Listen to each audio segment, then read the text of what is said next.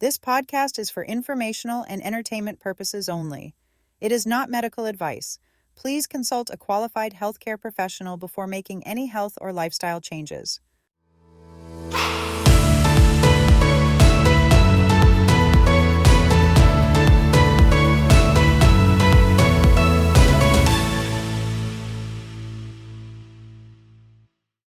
Welcome to Conversations That Heal. If your doctor says you're fine, but your body says otherwise, for example, you're maybe gaining weight that doesn't make any sense, aches and pains that seem to be for no reason, maybe you're waking up at 2:30 a.m. and your brain just won't stop, or you're struggling to push through those tasks that you used to handle without even thinking about it. Well, you are in the right place. I'm Tracy. I spent years as a personal trainer. I looked very fit and healthy on the outside, but on the inside, I suffered from weekly ocular migraines, fibromyalgia, hypothyroidism, Hashimoto's, and so much more. Every doctor told me I was in range, and so I had to become my own detective. And what I found changed my life. Now I sit down every week with real people who bring real tools around food, sleep, movement, nervous system support, and all that quiet stuff you doom scroll through Google in the middle of the night. Okay, every episode we explore different perspectives or practices to help your body improve naturally. So take what works for you and leave what doesn't. Your body isn't failing you, it's trying to tell you something. So before we get into today's conversation, click the link in the description and download my free resource, 4 Steps to Finally Feel Like Yourself Again. All right, so let's get into it. Welcome to Conversations That Heal. I'm Tracy Mail, a health empowerment coach, and I'm joined today by Colin Corby, the digital detox coach. It's so great to see you again, Colin. Thanks for being here. And thank you very much for inviting me. No problem. So I know you recently published the 5-day digital detox method. You've given a TED Talk. You're a member of the Institution of Engineering and Technology, and you hold a postgraduate diploma in technology management, along with a Bachelor of Science in mathematics. That is incredibly impressive. I've forgotten all the mathematics, Yes, yeah. So can you tell us more about who you are and what made you decide to become a digital detox coach? So I've had a long career in technology and in different technology companies, and I love technology. In fact, I love science fiction as well.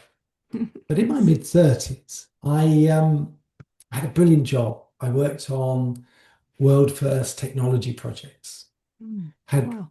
great colleagues, really, really enjoying myself. And I was commuting to London, which is about 50 miles every day. And I got so wrapped up in my work that I clearly was neglecting myself Mm. because I started to suffer stress.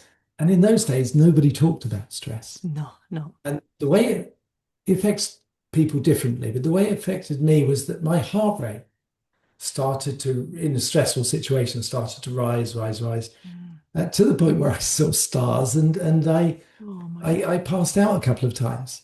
And then this happened quite often. So I obviously went and had lots of checks, nothing was found. So I thought, what is it that I can do? And so I remember being a good swimmer. So I thought, well, I could perhaps exercise my heart more. So took up swimming. And I remember the first time I went swimming, and I only swam 2 lengths to the swimming pool, and I was wrecked. Mhm. The heart was pounding. I was gasping, and I'm thinking, oh, I'm a bit unfit then. Oh, well. Now, I had to do something because I had a job, I had a young family, I had a mortgage, so I had to work. So for me, it was the tipping point. I had no option. So I persevered with the swimming. After a while, I started to get much fitter. The heart was being exercised. My resilience to stress improved. Nice.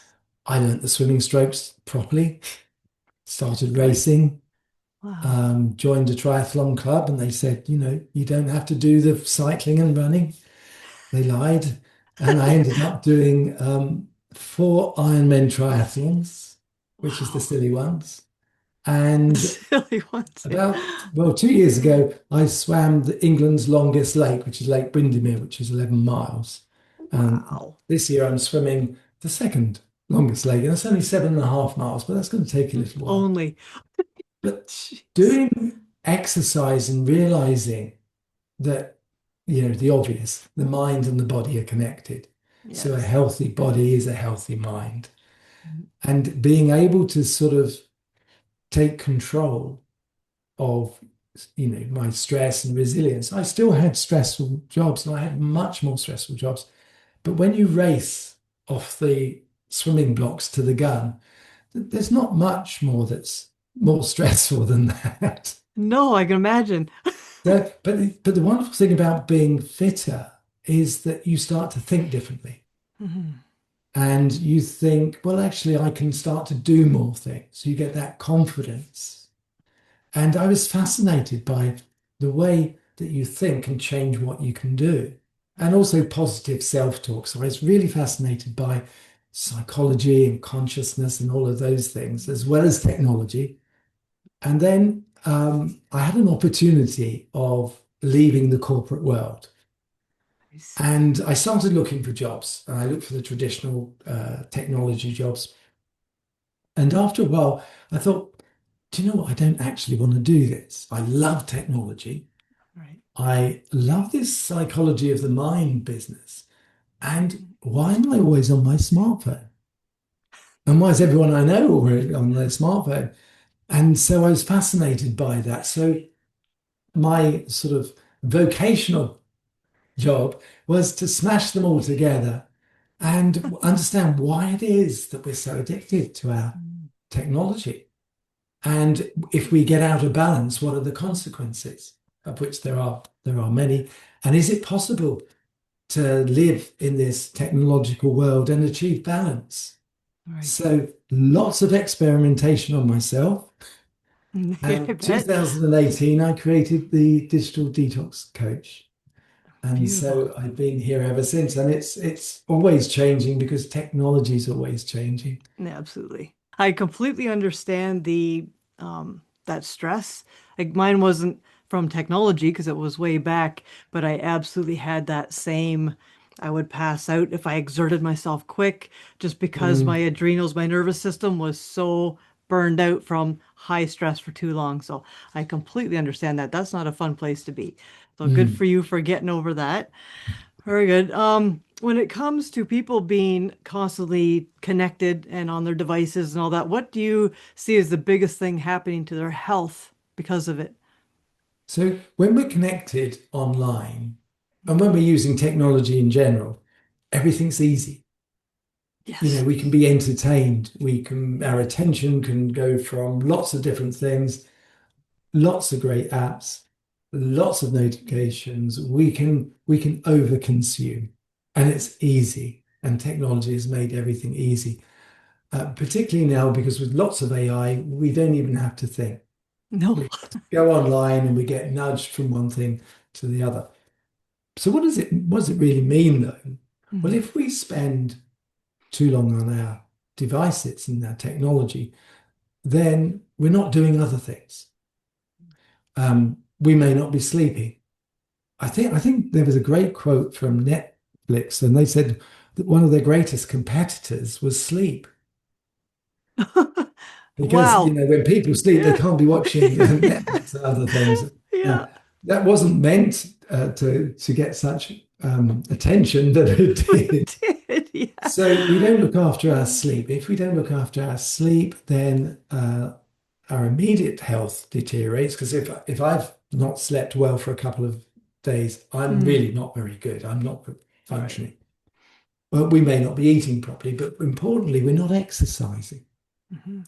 Now, as biological animals, we're designed to exercise, to move about. We're not designed to sit statically and stare at screens all the time. Right. Um, we're also social animals. Now, we might believe that, hey, we've got lots of friends, lots of connections online. We're well connected. But unfortunately, being connected online isn't the same as being connected in the physical world. No, for sure. The US Surgeon General issued a report a couple of years ago about the loneliness epidemic in North America.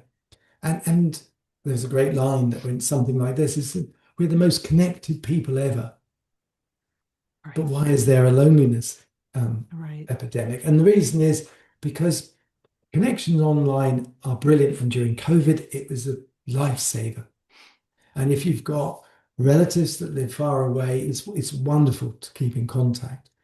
But it isn't instead of Right. connection, is instead of connection with your family or your friends.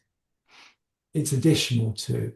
Right. And so if we don't have that strong connection, then we get stress because we're social animals and we've evolved to be in communities or tribes or herds. It really doesn't Right. matter. Yeah. And that's a safety mechanism. And where we are within that community, helps us be safe. So we need that. Families need to be very well connected. And we can see when we go to cafes and restaurants, we can see a family together and the smartphones are out. We can see best friends going out for a drink and they've got their phones out. Yep. Now, a lot of the things about loneliness, not getting enough exercise, not eating the right diet, not getting enough sleep, and not being connected with other people and nature, these take a while before the consequences are known. So if we take inactivity, certainly in the UK, it accounts for as many deaths as smoking, 1 in 6. Wow. Wow. And exercise also, I think the Alzheimer's Society have said that one of the best things that we can all do to put off or delay the effects of dementia and other age-related diseases is exercise. Right. Because it's all about the mind and body being connected, blood circulating, oxygen getting to the brain, impurities being evacuated Flushed out. Yeah. and washed away. Yeah. So really, we've got to go back. We get fooled by how great our technology is, and we think, oh, we've solved all the problems, and it might be the most complicated thing we've ever done, the internet and all the related technologies. But it's quite trivial when you compare it with the Earth and all the biodiversity and the other animals on the Earth. And we really don't know too much about all of that. No, right. So everything on the online and technology is quick, instant gratification. Everything else is harder. We have to work at it. And the consequences of not doing it take much longer to come through. Yep, I like that. And when you talk about that instant gratification, right? You can think how that really affects our health, where, going for a walk in nature, things slow down, and we just don't get that chance to slow down and rest and let your nervous system calm down and breathe. And also to think, now a lot of when we're online, everything's sort of instant and quick. Yes. But a lot of the thinking that we do and a lot of the thoughts that we have that keep us in touch with our bodies, that understand the world, they're much slower processes. Exactly. So for example, when we read a book, a physical book, it's a slower process. And one of the reasons is we need to take in the information. We need to understand the character. We need to feel what the characters feel. So we need to take that information in and we need to process it. We need to mirror it. So a lot of those things are much slower processes. If we want to work out what is it that we really want to do, we need some time by ourselves to think about those things. Yes. And online, you don't get that because you're being bombarded all the time. I often refer to it as you're in a crowded room, for example. Right. And there are lots of people in this crowded room, and they're all shouting at you, and they're saying, "Come and play with me. Come and have a chat on Yes. this. Come and do this. Come and do that." Yes. And the Yes. screen is actually doing that to us. And we don't have time to think. We just, Yeah. yeah, yeah, I'm over here. I'm over here. Yeah. Yeah. And people don't like being by themselves anymore. They can't handle the quiet, the serenity of just being with themselves in a quiet moment, right? It That seems that that's stresses people out. it does because Yeah. if you people busy themselves. Right. So if you're in a queue in a shop or a post office or something like that, Yeah. and someone has to wait a little while, the phone comes out. Right. Because all of a Yeah. sudden, oh no, I might be thinking. Yeah, Let's exactly. not My do own that. thoughts. No. Yeah. But you watch children go to school, and there's a group of friends together, and they've all got their phones out. Wow.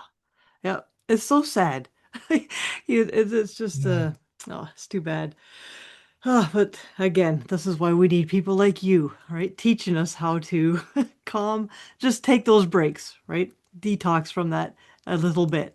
So, what do you think about the circadian rhythm? How does having constant access to computers and cell phones affect all of our sleep and our circadian rhythm? What is there anything we can do to help that? Well, when we're online and using technology, it's almost like we're forgetting about the body's rhythms. Right. So we often are, the classic is people buy for online shopping at late at night or Yes. make decisions late at night. And that really isn't a good idea No, not at because all. you're Yeah. really not at your best. If we don't take regular breaks during our working day to allow ourselves to recover, Mhm. then we're not at our best. Now, for me, that early afternoon slot is a particularly interesting period where I really can't be doing something which takes a lot of concentration. I Okay. have to do something else. So my energy levels dip after lunch, and I think a lot of people's Most people, yeah. do. So if I really want to do my best at my work, then I'm at my best in the mornings. I'm Yes, a me morning too. person. Now, other Yes. people might be better later on in the afternoon and the evening. So you have to understand where your biorhythms are, Mm, and to know, well, where would you be your best? all right. Now, if we ignore them, and if we ignore ourselves, and we spend too long online, then we just show up. We just show up for work. We're not at our Yeah. best. We just show up for our family, but we're not really at our best. All right. Right. We multitask all the time.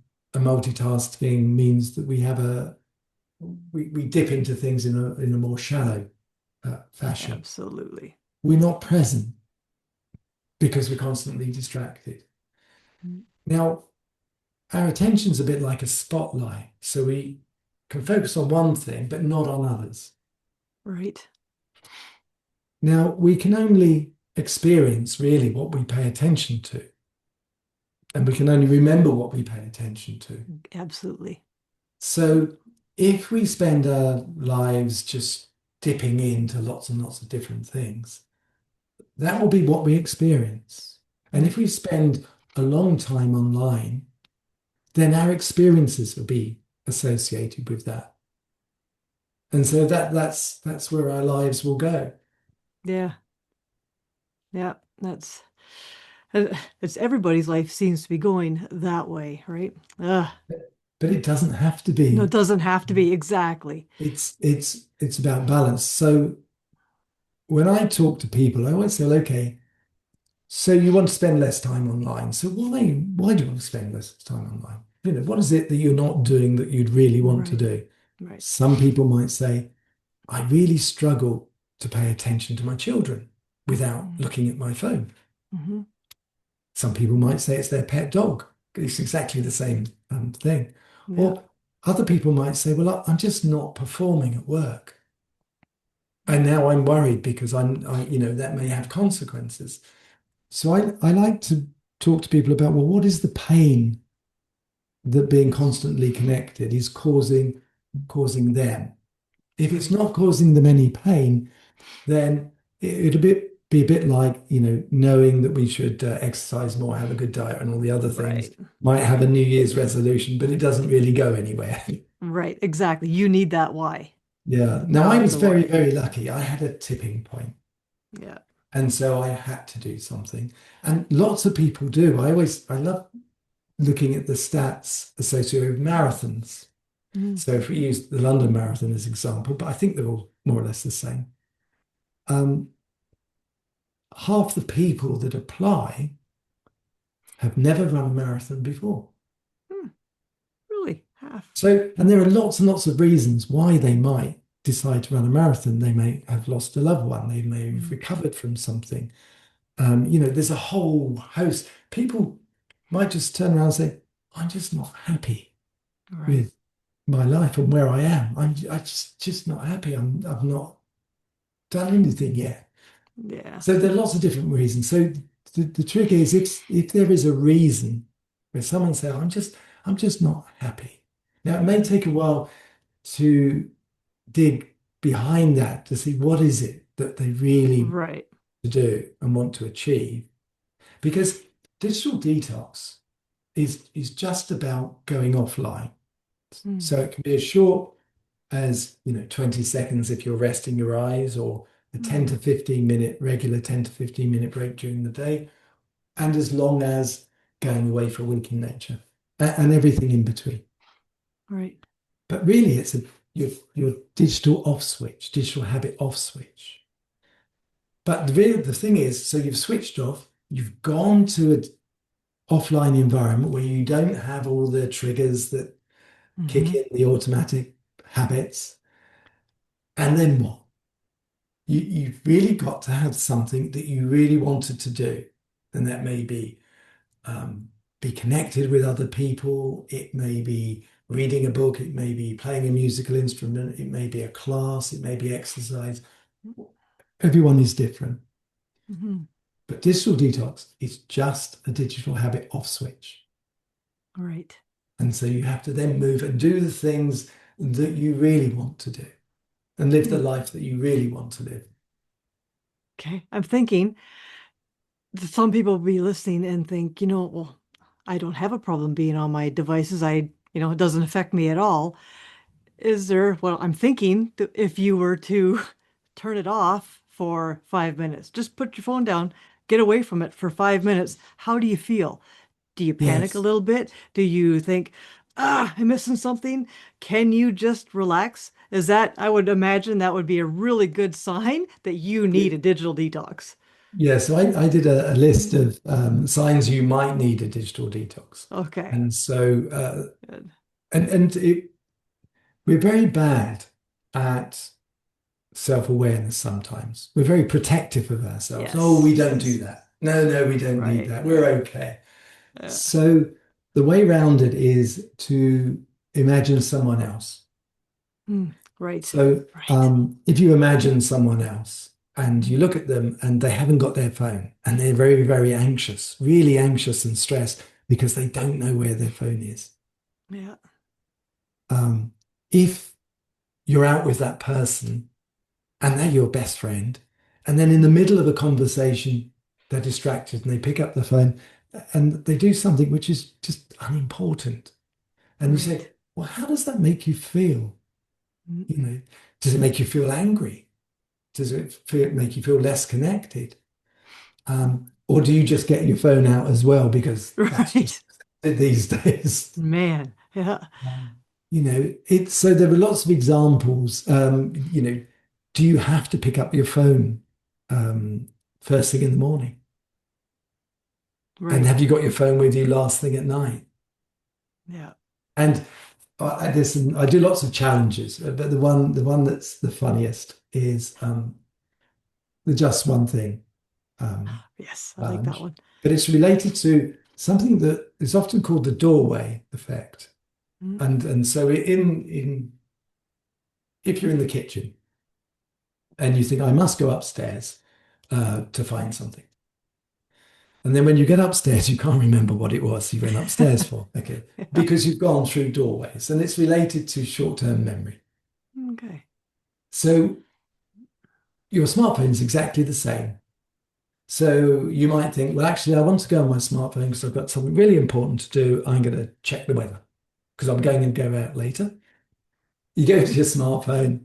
The first thing you do is you see a notification on your emails Yeah. Oh, or yeah. on your social media, and then you go through all of those apps, and you may forget why you went to your smartphone in the first place, or you Yeah. might remember and eventually get to it, but that may Yeah. be many, many minutes Yeah. afterwards. Yeah.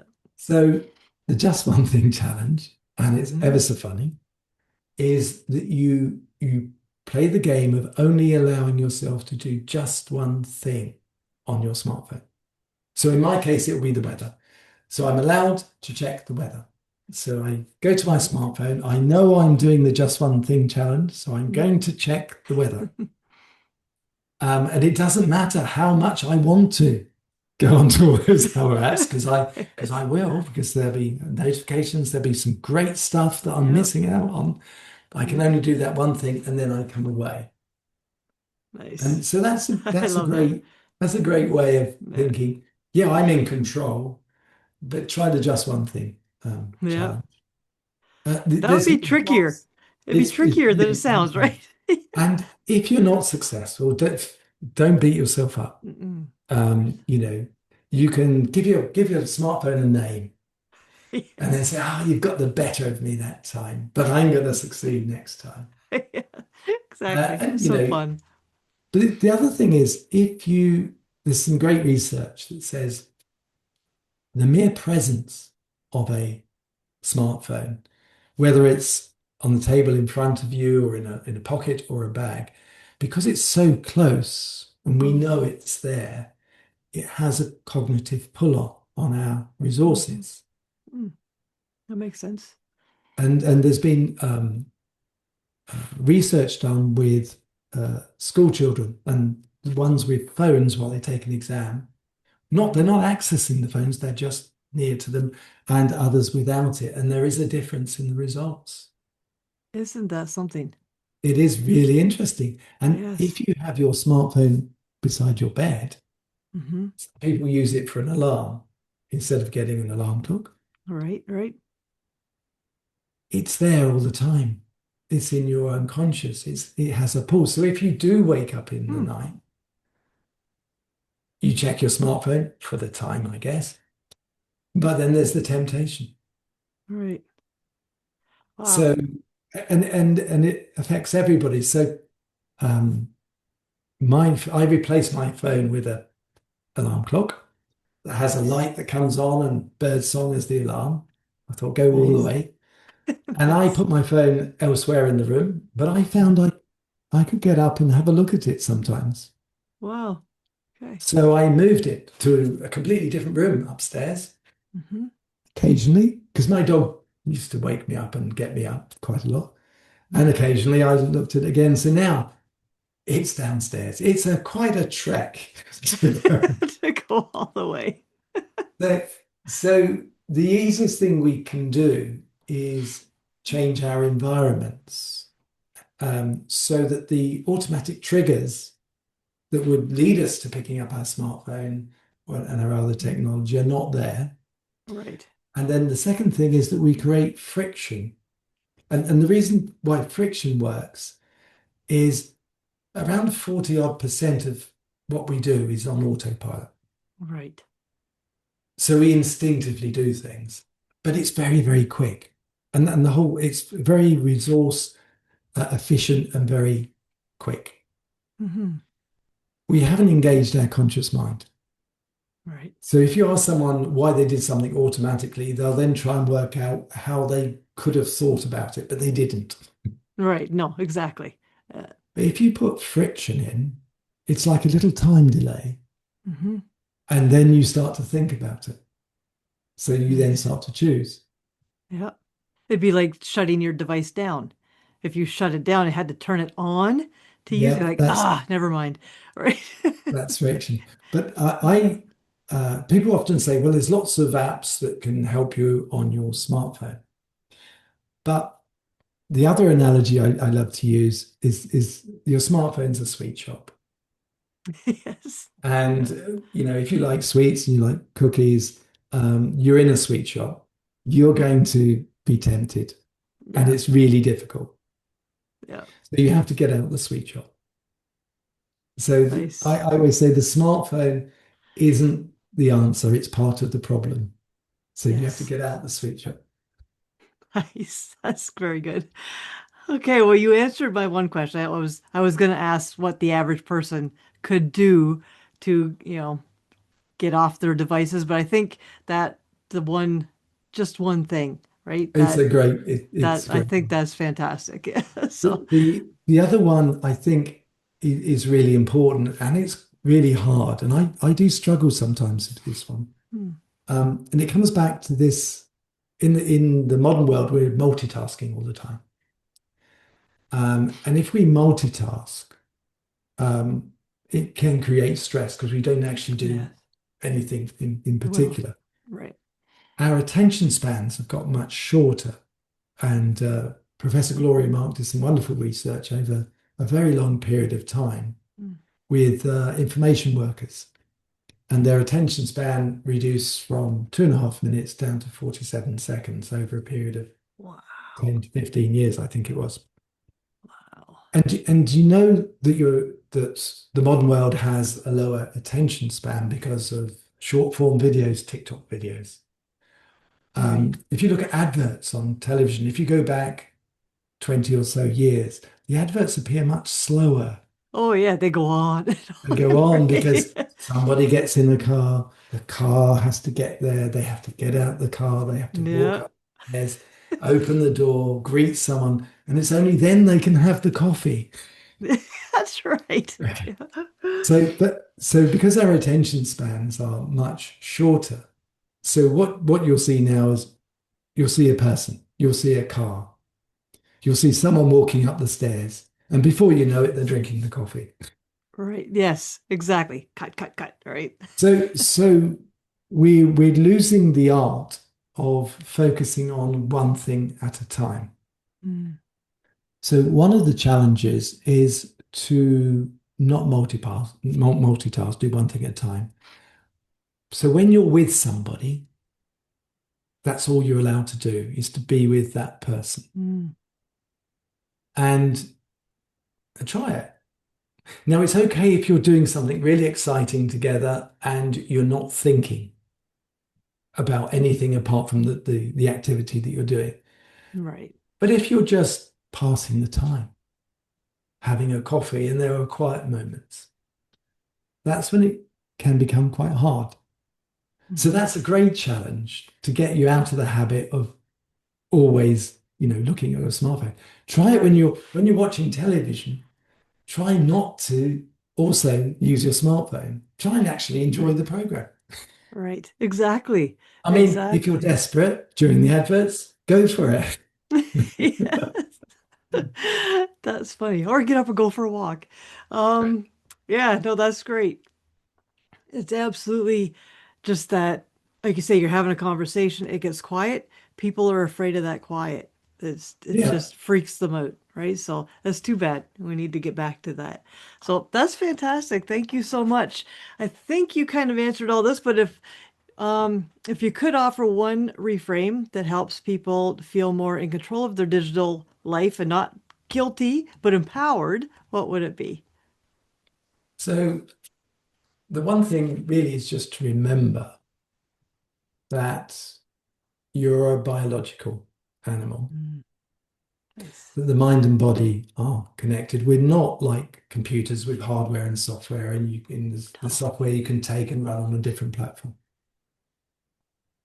But being a biological animal means we're actually incredible. The human brain is about 1 million times more power efficient than a supercomputer with roughly That's the same crazy. processing power. Wow. That's And the insane. supercomputer can't make the tea unless it's in charge of some robots. That's Um, right. but in order to be that that incredible, we have to be in touch with ourselves. We have to get enough sleep. We have to be well Yes. connected. We have to be in nature, good diet, and exercise. And it's a strength. So I often say to people, you're a biological animal. That means you're an athlete. Right. So looking after yourself isn't a weakness. Think of yourself No. when you're at work, you're a business athlete. When you're at Mm. home, you're just an athlete, an incredible athlete. Yes. And what that means is we all know what athletes have to do. They have to get enough sleep. They can't train all the time. They have to have regular rest and recovery Mhm. breaks. They have to eat the right food. They're surrounded by people that constructively help them get better. Right. So when you're at work, don't feel guilty about taking your 10 to 15-minute offline break. You're going to have a coffee anyway. Right. Use that. And then if anyone asks the question, oh, yeah, well, that's because I'm a business athlete. That's what we athletes do in order to be our best. Love it. So, yeah, so I would encourage people to think of themselves as athletes. Hmm. Yep. And that's a strength. Absolutely. Looking after yourself is a Yeah. strength. It certainly is. Love that. You couldn't say it. That is the best way to say that. Absolutely. Mm. Because people think that self-care is um, selfish, right? But We an that athlete knows you have to be Absolutely. In disciplined. in business, it's a bit wishy-washy, it's a bit weak. Why can't you be connected 24 hours a day? Well, actually, Mm, I'm a business athlete, and if you want me to show up and really be my best, because that's what I want to yeah. do, Yeah. Yeah. then I'm going to have to make sure that I'm in the best condition I Rest. can be. Nice. Nice. Love it. Thank you. Thank you. Thank you. That's perfect spot to end on, I think, on this. I love that. Um, so thanks so much for being here, Colin. If someone would like to work with you, how would they get in touch? So I always laugh at this point. We all have to live and work online, so I'm going to say the website. Okay. There's lots of free resources. I also have a free monthly digital detox guide where I Okay. tackle certain subjects, and there are lots of challenges Oh, as well. nice. And there's the TEDx talk, which I think it was done a couple of years ago, but it's really relevant in the age of AI. So, Okay. sort out the TEDx talk. And I've provided you with a digital reset Hmm. document. So there are five interesting challenges there if anybody wants to have a go. Beautiful. I will absolutely have all of that in the show notes. You have your monthly Substack as well, right? I don't think you mentioned that. Yes, So yes. people The, can. the the January one was all about the digital reset for the new year. Okay. And the one that's scheduled to come out on Sunday Hmm. Nice. actually has some really interesting things about the paradox of choice Oh, nice. Ooh, and self-talk, which is related to so important. um, sport Hmm. and also habits, routines, and rituals. Mm, Because in sport, people tend to use rituals to get them into focus, to get them into the moment, but to do what's right for them. So there's a nice piece on that, and another challenge, of nice. course. Beautiful. I can't wait. I'm really looking forward to that then. Great, great, great. Okay, well, like I say, all of your contact information is going to be in the show notes. So thanks again for being here. Absolutely love talking to you. If today's conversation resonated with anyone, please like, share, and subscribe so you don't miss the next conversation that heals. Stay well.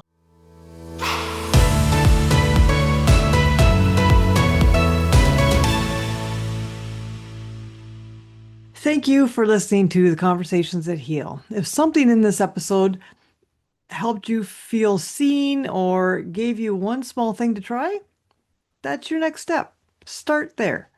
Gentle, sustainable, and at your body's pace. If you want more, check out this video next. Remember, Your body isn't the problem. It's doing exactly what it's supposed to do. We're just learning to start listening to it again. So stay well, and we'll see you in the next Conversation That Heals.